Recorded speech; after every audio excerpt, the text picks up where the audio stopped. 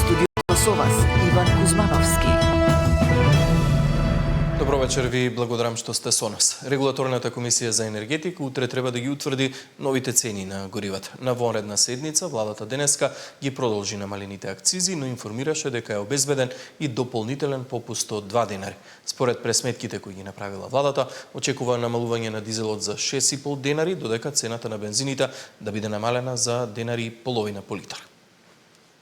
Намалената акциза од 2 денари за горивата ќе продолжи да се применува до средината на јуни. Повластеното ДДВ од 10% за бензините се укинува и ќе се врати на 18%. Владата на вонредна седница одлучи делумно да ги продолжи мерките, кои истекуваа денеска. Дополнително обезбеди и попуст од 2 денари по литар од најголемиот снабдувач Окта, кој ќе се применува од утре, информираат од владата. Со овие мерки, согласно нашите пресметки, очекуваме цената на дизел горивото да се намали за 6,5 денари по литар, додека цената на бензините ќе биде намалена за 1,5 денар по литар. Ова представува конкретна и директна поддршка за граѓаните, транспортниот сектор, земјоделците и стопанството во целина. Намалувањето на цените на горивата ќе придонесе кон намалување на трошоците за живот и работење, како и кон задржување на ценовната стабилност во услови на глобални економски предизвици. И покрај калкулациите на владата, сепак конечната одлука за новата цена на горивата утре после пладне ќе соопшти регулаторната комисија за енергетика. Во меѓувреме, цената на нафтата на светските берзи изминативе 2 недели се стабилизира и се движи околу $90 за барел. Очекувањата се дека договорите за прекин на огнот меѓу САД и Иран ќе резултираат со брзо завршување на војната, пошто ќе се обезбеди непречен проток на нафта низ Ормудскиот теснец. Наташа Мерсовска, Сител телевизија. Пратеникот на СДСМ Фатмир Битики, кој беше гостин во тема на денот, вели дека актуелните мерки за заштита на животниот стандард не се доволни. Според неговите очекувања, инфлацијата на годишно ниво ќе се движи околу 4,5%. Сметам дека намалувањето, тоест интервенција само на ниво на намалување на акциза, и тоа само за еден вид на гориво и со ДДВ-то беше одреден временски период, не е доволен за да се ублажи ударот на кризата во врз на крај на денот граѓаните. Ние имавме едно законско решение кој што владата едноставно не сакаше да го слушне, а тоа е намалување на ДДВ-то за основните прехранбени производи од 5 на 0%. Затоа што сметам дека тоа директно влие врз џебот на граѓаните и секако затоа што ние во наше време го донесовме законот за нефр трговски практики, гледаме дека во суштина владата па и регулаторот кој што би требало тоа да го користи воопшто ништо не превземаат и за жал гледаме се уште двење на тие кои што го правеа и го прават, а тоа се ланците за набавка на прехранбените производи, дали во мало продажба или големо продажба. Последните мерења на Државниот завод за статистика покажуваат 5,7% зголемување на инфлацијата во месец април. Проекциите на Народната банка, ако не грешам, последните беа на годишно ниво дека ќе биде 4% инфлација. Какви се вашите очекувања? На Министерството за финансии и Меѓународниот монетарен фонд се 4,5%. И тоа е во суштина уште еден податок кој што според новите проекции кои што ги и Народна банка, Централната банка и Министерството за финансии ги коригираат, отидоа во нагорна линија за едно 20% и тоа никој не го коментира. Да промашите проекции во една година, тоест во неколку месеци, од 20% е навистина тешко. Јас очекувам дека ќе се движи околу 4,5%, ако не и на границата од 5% оваа година. И морам да укажам од криза која што далеко не е слична на кризата во Украина и нашите ланци на снабдување кои што се поврзани со Украина наспроти Иран. Наместо 20% масленост како што било декларирано, сирењето кое го продавале било со само 1% млечни масти. Инспекторите на Агенцијата за храна и ветеринарство откриле и млечни производи со палмина маст.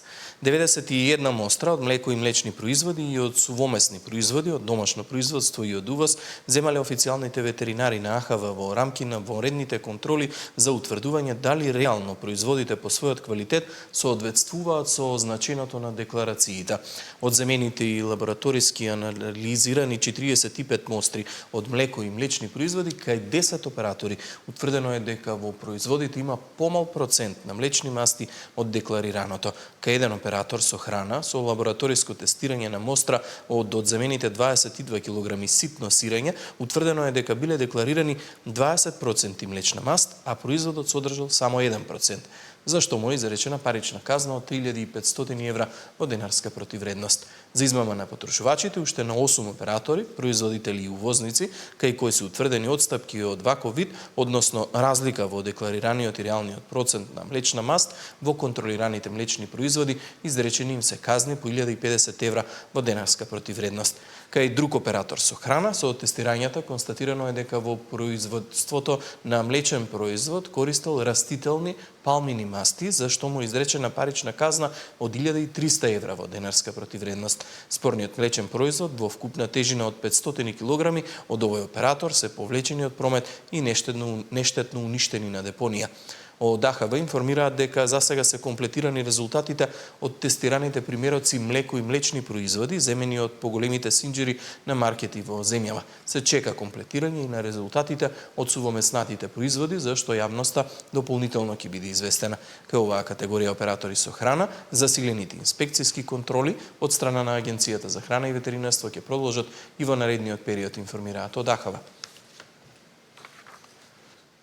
20 ученици од основното училиште Невена Георгиева Дуња и еден наставник завршиле на скопските клиники со симптоми на труење. Најголем дел од нив побарале помош на детската клиника, но имало и на инфективна. Надлежните треба да утврдат дали се работи за труење или вирусно заболување.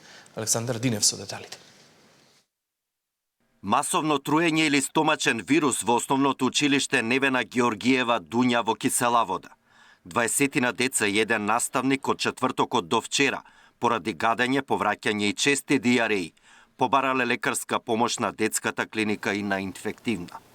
На нашата клиника побарале медицинска помош околу 15 на деца до вчера,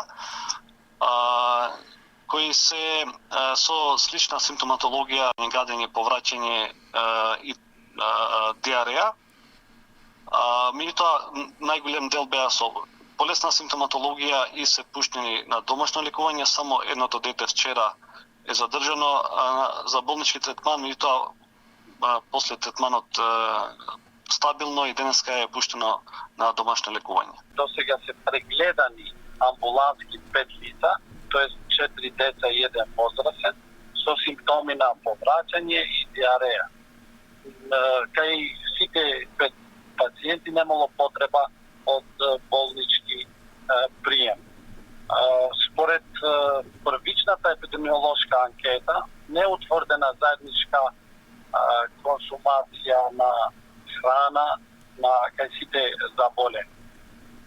Предпоставувам дека надлежните институции кои треба да проверуваат кај нив е во тек утврдувањето на можниот извор, а во ова фаза би било прерано да се шпекулира за причина.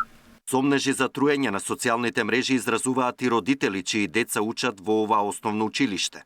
Дел од нив како можна причина ја посочуваат водата. Вистина е, моите деца учат во Дуња и вчера бевме на детска клиника. Беше преполно со деца од истото училиште. Пријавено е секаде од страна на детска клиника, пишува родител во група на Facebook. Керка ми не јадела од храната, само вода пиела, ја зема од училиште уште во 10 часот бидејќи повраќала. Кажано е дека ќе одат да земат брисеви од училиштето и се надевам дека ќе кажат реално што се случува и од што точно е ова, пишува друг родител. Од општината Кисела Вода, под чија надлежност е училиштето, велат дека со големо внимание и искрена загриженост ја следат ситуацијата поврзана со неколку ученици во Невена Георгиева Дуња. во интерес на објективно информирање на јавноста. Сакаме да посочиме дека овие десетина ученици припаѓаат на различна возрастна категорија.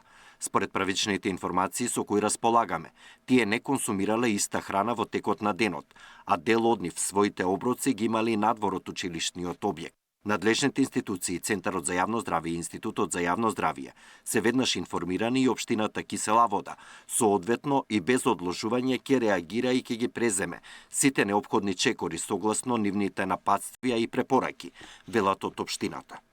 Но денеска директорите на Скопскиот Центар за јавно здравје и на Државниот санитарен и здравствен инспекторат, кои се надлежни за вакви ситуации, рекоа дека официјално кај нив нема пријави. Дали продолжениот викенд и овој пат ја успори комуникацијата помеѓу службите. Александар Динев, Сител телевизија. Кривичниот суд Скопје, постапувајќи по предлог на јавен обвинител, одреди 30-дневен притвор за возачот на Аудито кој учествуваше во тешката сообраќајна несреќа на булеварот Никола Карев, во која животот го загуби 19-годишен мотоциклист. Според информациите од обвинителството, пак осомничениот 31-годишник управувал автомобил Ауди А4 по булеварот Никола Карев и кога дошол до крстосницата со улицата Прохор Чински, не ја почитувал сообраќајната сигнализација и на удвоена полна линија навлегол во двете сообраќајни ленти за возилата од спротивен правец, свртувајќи во лево на крстосницата.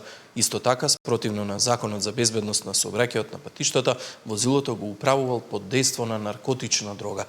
Бидејќи не се придржувал кон прописите, осомничениот свесно го загрозил јавниот сообраќај и го довел во опасност животот на луѓето, информира од обвинителството. Мерката притвор е побарана со оглед на тоа што според обвинителството постојат околности кои укажуваат на опасност од бегство, можност да влијае врз сведоците или да го повтори делото.